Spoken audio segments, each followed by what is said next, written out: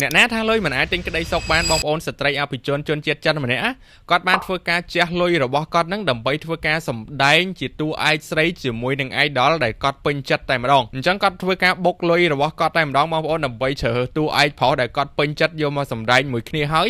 គាត់គឺបន្ថែមសាច់រឿងឈុតថើបរ៉ូលរៀលហ្នឹងគឺរហូតដល់60ឈុតឯណោះបងប្អូនអរគ្នាគឺច្រើនខ្លាំងមែនទែនដែលវាកំពុងតែផ្ទុះការចាប់អារម្មណ៍ច្រើនខ្លាំងមែនទែននៅក្នុងប្រទេសចិនដែលសាច់រឿងវាបានកើតឡើងដោយសារតែស្ត្រីអភិជនម្នាក់គឺគាត់បានវិនិយោគលុយរបស់គាត់ដើម្បីធ្វើការផលិតភាពយន្តខ្នាតខ្លីបងប្អូនហៅថា short film ហ្នឹងហើយគាត់បានធ្វើការជ្រើសរើសខ្លួនឯងហ្នឹងគឺជាតួឯកស្រីហើយជាពិសេសនោះទៀតគឺគាត់ជ្រើសរើសតួឯកប្រុសដោយខ្លួនឯងតែម្ដងគឺជា idol ដែលគាត់ពេញចិត្តតួឯកប្រុសគឺគាត់នៅក្មេងទេគាត់មានវ័យត្រឹមតែ23ឆ្នាំទេមានឈ្មោះថាសុងយូហ្វៃដែលគាត់គឺជាតារាប្រុសម្នាក់កំពុងតែលេចធ្លោមានប្រជាប្រិយភាពខ្លាំងមែនទែនបងប្អូននៅក្នុងការសម្ដែង short film ភាពយន្តភាគខ្លីហ្នឹងហើយអ្វីដែលសំខាន់នោះគឺគាត់បានធ្វើការបន្ថែមឈុតអោបថើបរ៉ូលរៀលហ្នឹងគឺរហូតដល់60ឈុតនៅក្នុងរឿងខ្លីហ្នឹងបងប្អូនរហូតដល់ថ្នាក់ដឹកនាំរឿងនិយាយថា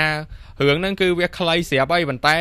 វាឈុតអោបថើបហ្នឹងគឺច្រើនខ្លាំងពេកងាកថើបងាកអោបហ្នឹងវាច្រើនខ្លាំងមែនទែនហើយបន្ទាប់ពីសាច់រឿងបានថតចប់គឺផលិតករហ្នឹងក៏សម្រេចចិត្តធ្វើការលុបឈុតថើបហ្នឹងរហូតដល់20ឈុតចេញតែម្ដងបងប្អូនអញ្ចឹងបន្ទាប់ពីធ្វើការលុបឈុតហ្នឹងហើយបងប្អូនមានដឹងមួយយត់តួឯកស្រីយើងដែលគឺជាអ្នកវិនិយោគទៅលើភាពយន្តហ្នឹងទាំងស្រុងហ្នឹងគឺបានធ្វើការបដិសេធមិនបង់ថ្លៃដែលនៅសល់ទេដែលថ្លៃផលិតភាពយន្តហ្នឹងរហូតដល់$4200ដែលគាត់បដិសេធមិនបង់ទេដោយសារតែកាត់ឈុតថើបរបស់គាត់ចេញគាត់ខំឆតចឹងហប់មិនកាត់របស់គាត់ចេញអញ្ចឹងហើយបន្តមកសុងយូហ្វៃក៏បានធ្វើការចេញវីដេអូក្រៅមួយដែរដែលបញ្ជាក់ថា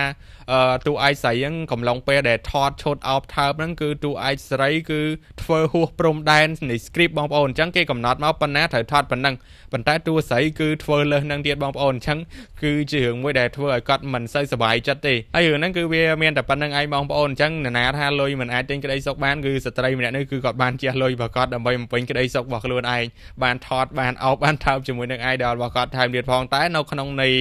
ត្រឹមត្រូវនៅក្នុងវិស័យភាពយន្តទេបងប្អូនអញ្ចឹងបងប្អូនកុំភ្លេចជួយ follow page របស់ខ្ញុំម្នាក់មួយផងអរគុណច្រើន